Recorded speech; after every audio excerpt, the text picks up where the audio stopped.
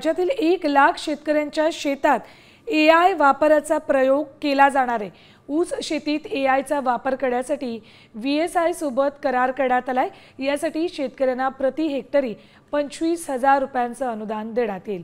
यासाठी 500 कोटी वर्षभरात खर्च करणार असल्याचं उपमुख्यमंत्री अजित पवार यांनी जाहीर केलंय। वसंतदादा शुगर इन्स्टिट्यूटमध्ये कृत्रिम बुद्धिमत्तेचा वापर या विषयावर झालेल्या चर्चासत्रात ते बोलत होते।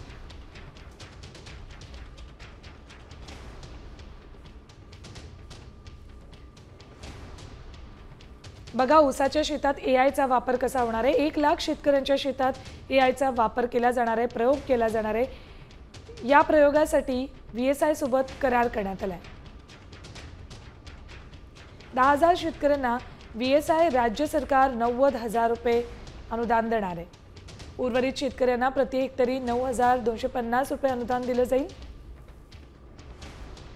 तर 500 कोटी वर्षभरात या प्रयोगासाठी खर्च होणार आहे।